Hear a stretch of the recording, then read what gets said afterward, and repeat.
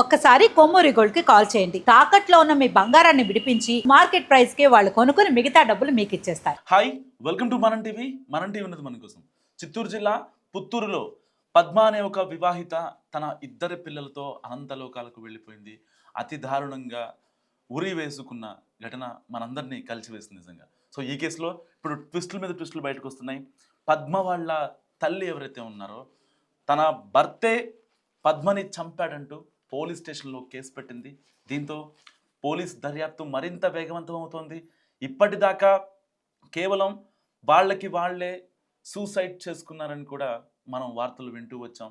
నిజంగా పద్మ రాసిన లెటర్ ఎవరు చూసినా ఎవరు చదివినా సరే నిజంగా కన్నీళ్ళు ఆగవు. అలాంటి లెటర్ రాసింది పద్మ.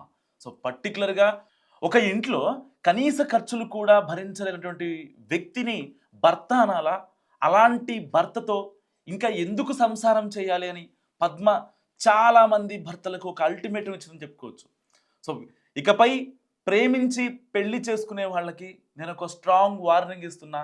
నా చావు అందరికీ ఒక ఎగ్జాంపుల్ కావాలంటూ నిజంగా పద్మ రాసిన లెటర్ అందరినీ కన్నీళ్ళు పెట్టింది. ఒక్కసారి ఆవిడ రాసిన లెటర్ చదివించే ప్రయత్నం చేస్తాం. తల్లిదండ్రులను కాదని పెళ్లి చేసుకున్న ప్రతి ఒక్కరికి నా జీవితం ఒక గుణపాఠం కావాలి. ఒక అమ్మాయి ఎలాంటి లక్షణాలు తన భర్తకు ఉండకూడదు అనుకుందో అలాంటివన్నీ నా భర్తకు ఉన్నాయి. ఇది నేను కలలో కూడా అనుకోలేదు. అలాంటి జీవితం శివశంకర్ నన్ను చేసుకున్న పాపానికి నేను ఎంత కష్టపడ్డానో అంత అనుభవించాను. నా కడుపులో పుట్టిన పాపానికి నా పిల్లలు కూడా అనుభవిస్తున్నారు. ఏంటి నేను ఎప్పుడూ డబ్బు డబ్బు అంటానా? కనీసం ఇంటి ఖర్చులకు కూడా డబ్బులు అడగని అమ్మాయి ఉంటే హ్యాపీగా చేసుకో, నాకు నిన్ను భరించే ఓపిక ఇంకా లేదు. ఊరంతా అప్పులు లోన్లు తీసేసి నా దగ్గర డబ్బు లేదు, నేను తీర్చలేను అంటే నేనేమి చేయాలి? నువ్వు పనికి వెళ్ళకపోయినా ఎవరితో తిరిగినా అడగడానికి భార్య లేదు. సో ఇంకా హ్యాపీగా ఉండు. నన్ను చేసుకొని నువ్వు కష్టపడుతున్నావా? ఇక నేను లేను కాబట్టి నీ లైఫ్ హ్యాపీగా బతుకు. భార్యా పిల్లల్ని పోషించలేని వాడివి ఎందుకు పెళ్లి చేసుకోవాలి? సో ఎలాగూ ఇంకో పెళ్లి చేసుకుంటావు నాకు తెలుసు. ఈసారైనా లైఫ్లో సెటిల్ అయ్యాక ఆ పెళ్లి చేసుకుంటే బాగుంటుంది అని చెప్పి పద్మ నిజంగా కన్నీటితో రాసింది ఆ లెటర్. ఎంత బాధపడి ఉంటుందో మనం ఎక్స్పెక్ట్ చేయొచ్చు. సో ఇప్పటికైనా సరే ప్రేమించి పెళ్లి చేసుకునే వాళ్ళు ఎవరైతే ఉంటారో వాళ్ళందరికీ కూడా ఒక అల్టిమేటం జారీ చేసింది పద్మ. సో ఎట్టి పరిస్థితుల్లో ఆ అమ్మాయి ఒకవేళ వాళ్ళ అమ్మా నాన్న చెప్పిన మాట వింటే 2019లో వీరిద్దరికి పెళ్ళైంది, పద్మకి శివశంకర్కి. దాని ఫలితంగా ఇద్దరు పిల్లలు ఉన్నారు. నిజంగా ఇద్దరు పిల్లలు చాలా అంటే చాలా బాగున్నారు.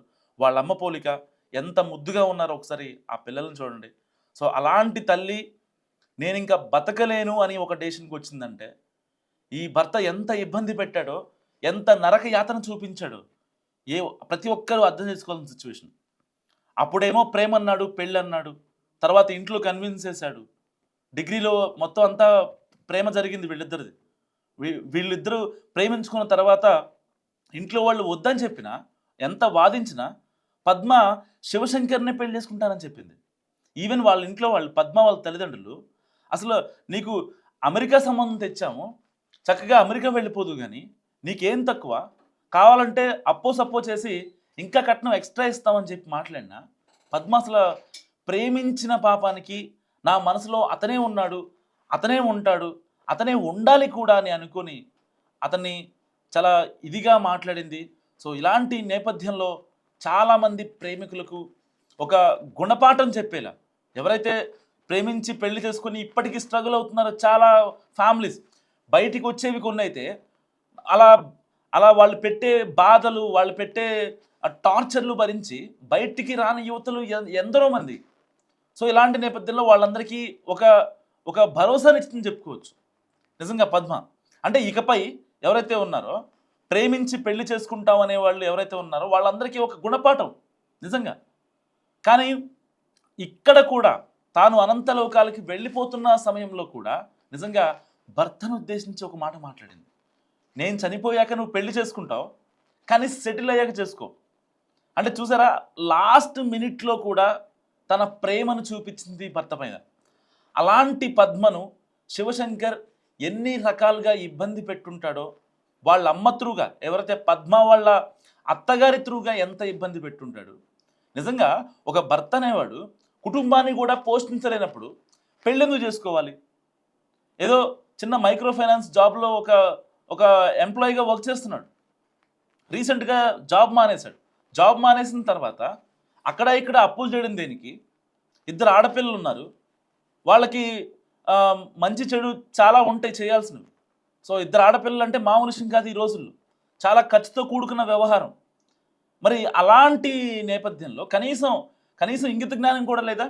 ఇద్దరు ఆడపిల్లలు ఉన్నారు, రేపటి చదువులు ఏంటి, వాళ్ళని ఒక అమ్మాయి చేతిలో పెట్టాలి, వాళ్ళ పరిస్థితి ఏంటి, మన పరిస్థితి ఏంటి, మనమేం తినాలి, రోజు కూడా గడవని కుటుంబంలో ఎంతో ఇబ్బంది పడుతుంది పద్మ. నిజంగా శివశంకర్ చేసే అన్యాయాలకి అరాచకాలకి నిజంగా అమ్మాయి బలైపోయింది. ఇవాళ వాళ్ళ తల్లిదండ్రులు రోధిస్తున్నారు పాపం. ఎంత దారుణంగా రోధిస్తున్నారంటే వాళ్ళ అమ్మ గుండె లవిసేలా ఏడుస్తుంది పద్మ వాళ్ళ తల్లి. ఎవరు ఇప్పుడు పద్మ పిల్లల్ని ఎవరు తేగలరు? వాళ్ళకి రీజన్ ఎవరు చెప్పగలరు? వాళ్ళు ఎవరితో మాట్లాడాలి? పద్మ ఒక్కటే ఆడపిల్ల, ఎంతో అల్లాముద్దుగా పెంచుకున్నారు. శివశంకర్ ఎలాంటి పనులు చేసినా, ఎన్ని ఇబ్బందులు పెట్టినా సరే శివశంకర్ని ఏనాడు పల్లెత్తి మాట అనలేదు పద్మ వాళ్ళ తల్లిదండ్రులు. సరే బావ అని చెప్పి పద్మ వాళ్ళ అన్నయ్య కూడా ఎలాంటి మాట అనేవాడు కాదు. దారి తప్పుతున్నాడని తెలిసి కూడా కనీసం ఏ రోజు ఒక పల్లెత్తి మాట కూడా అనలేదు పద్మ వాళ్ళ తల్లిదండ్రులు కావచ్చు, అన్నయ్య వాళ్ళు కావచ్చు. కుదిరితే సహాయం చేశారా తప్ప ఏ రోజు కూడా వాళ్ళు కనీసం దూషించే, ఇది కరెక్ట్ కాదు, ఇది చేయొద్దు, మీరు జాబ్ చేయండి, ఇక్కడ బయట అప్పులు తేవడం కరెక్ట్ కాదు, ఇలాంటి మాటలు ఏ రోజు మాట్లాడలేదు వాళ్ళు. ఇంకా అంతకన్నా వాళ్ళు చేసిన పాపం ఏంటి? ఏం పాపం చేశారు వాళ్ళు? శివశంకర్ కావచ్చు, వాళ్ళ తల్లి కావచ్చు, పద్మను పిల్లల్ని అంత వేధించాల్సిన అవసరమే ఉంది. పుట్టింటికి వెళ్ళినప్పుడల్లా ప్రతిసారి డబ్బులు తెస్తుంది. మీరు కావాలని పుట్టింటికి పంపించి డబ్బులు తెప్పించే ప్రయత్నం చేశారు. ఇంకా డబ్బులు ఎక్స్ట్రా కావాలని ఏదో ఒక రీజన్ చెప్పి పిల్లల ఫీజులను ఇంకోటను ఎన్ని ఇబ్బందులు పడినా సరే పద్మ ఏ రోజు కనీసం బెసకలేదు. నా పిల్లలు, నా ఫ్యామిలీ, నా భర్తే కావాలనుకుంది. మరి అలాంటి పద్మని ఎందుకు అంత చిత్రవద అనుభవించేలా చేయాలి? ఎవరు చెప్తారు దీనికి సమాధానం? పద్మ వాళ్ళ తల్లిదండ్రులు గుండె లవిసేలా ఏడుస్తున్నారు. వాళ్ళ బాధకి సమాధానం ఎవరు చెప్తారు? ఇప్పుడు ఈ కేసులో ట్విస్ట్ ఒక రకంగా ట్విస్ట్ అని చెప్పుకోవచ్చు. ఎందుకంటే ఇప్పటిదాకా వాళ్ళు బలవన్మరణానికి పాల్పడ్డారని మనం వార్తలు వింటూ వచ్చాం. కానీ ఇలాంటి నేపథ్యంలో ఇప్పుడు పద్మ వాళ్ళ అమ్మ ఇప్పుడు కేసు పెట్టింది. నా అల్లుడే వీళ్ళ ముగ్గురిని చంపాడు అని ఆవిడ పుత్తూరు స్టేషన్లో కేసు పెట్టింది. సో ఇప్పుడు అంటే సమాజానికి ఒక మెసేజ్ ఏంటి అసలు? ఇప్పుడు సమాజానికి ఒక మెసేజ్ ఏంటి? పద్మ ఏం చెప్పాలనుకుంది, ఏం చేసింది? ఇటు శివశంకర్ ఇన్నాళ్ళుగా ఎన్ని ఇబ్బందులు పెట్టాడు. జస్ట్ ఇమాజిన్ అసలు ఆ అమ్మాయి ఏంటి, ఆ అమ్మాయి పరిస్థితి ఏంటి? ఎంత ఇబ్బంది పడి ఉంటే ఆ అమ్మాయి పిల్లలను కూడా తీసుకెళ్ళింది. ఎవరన్నా ఎక్స్పెక్ట్ చేయగలిగారా? కేవలం పిల్లల కోసమే పుత్తూరులో వాళ్ళ పిల్లల్ని చదివించుకుంటూ ఎంత ఇబ్బంది పడింది. కనీసం ఇంట్లో ఖర్చులకి డబ్బులు లేవంటే ఆవిడ ఒక డ్వాక్రా గ్రూప్లో సంబంధించి ఆవిడ ఒక సభ్యురాలుగా ఉన్నారు. ఆవిడ దాంట్లో ఆ డబ్బులు తీసుకొని వాళ్ళని చదివించింది. లోన్ తీసుకొని ఇప్పటికీ ఆ లోన్ కడుతూనే ఉందంట పాపం. 3 నెలల నుంచి ఆ లోన్ కడుతుందంట. ఆ లోన్ కట్టుకుంటూ ఆవిడ ఎంత ఇబ్బంది పడుతుంది ఎవరన్నా గెస్ట్ చేయగలిగారా? కనీసం వాళ్ళ అమ్మ వాళ్ళకు కూడా చెప్పలేదు.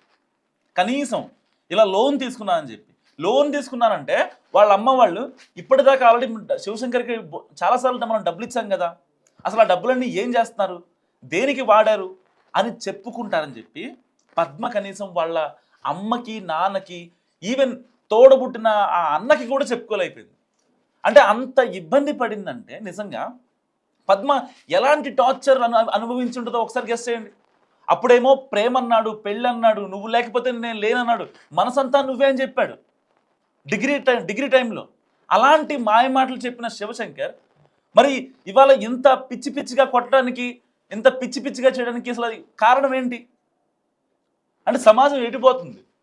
నిజంగా పద్మ ఇచ్చిన ఒక మెసేజ్ అయితే ఉందో, ఒక ఎమోషనల్ మెసేజ్, ఆ లెటర్ నిజంగా ఇప్పుడు ప్రేమించి పెళ్లి చేసుకునే ఈ తరం యువకులకు నిజంగా ఒక బెస్ట్ ఎగ్జాంపుల్ అని చెప్పుకోవచ్చు.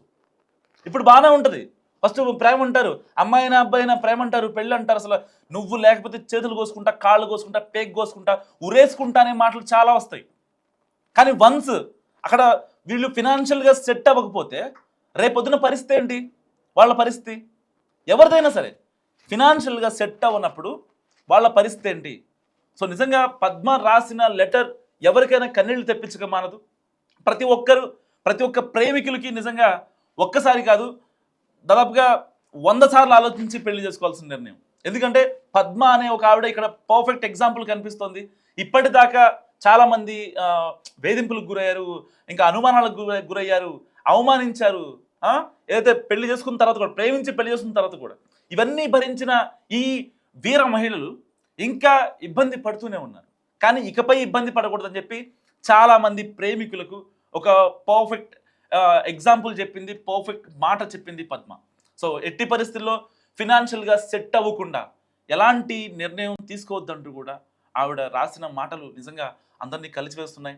సో ఈ కేసులో ఇప్పుడు మిస్టరీ వీడే అవకాశం ఉంది. ఎందుకంటే వాళ్ళ తల్లి, పద్మ వాళ్ళ తల్లి పెట్టిన కేసు ప్రకారం దీనికి సంబంధించి ఆడియో కాల్స్ ఇంకా వాట్సాప్ డేటా కూడా మరికొద్ది రోజుల్లో వచ్చే అవకాశం ఉంది. దీనిపై మరింతగా లోతుగా దర్యాప్తు చేస్తున్నారు. ఇప్పటిదాకా కేవలం వాళ్ళు బలవన్మరణం చేసుకున్నారు అన్న పాయింట్లోనే కేసు వెళ్తుంది. కానీ ఇప్పుడు ఒక ట్విస్ట్ ఇచ్చింది పద్మ వాళ్ళ తల్లి. నా కూతుర్ని, మనవరాళ్ళని అల్లుడే అనంత లోకాలకు పంపించేశాడు, దీని వెనకాల స్కెచ్ ఉంది, ఒక స్ట్రాటజీ ఉందని బల్ల గుద్దినట్టు చెప్తుంది వాళ్ళ తల్లి. పద్మ ఎలా అనంత లోకాలకు వెళ్ళిపోయిందని మీరు అనుకుంటున్నారు? మస్తుగా కామెంట్ చేయండి.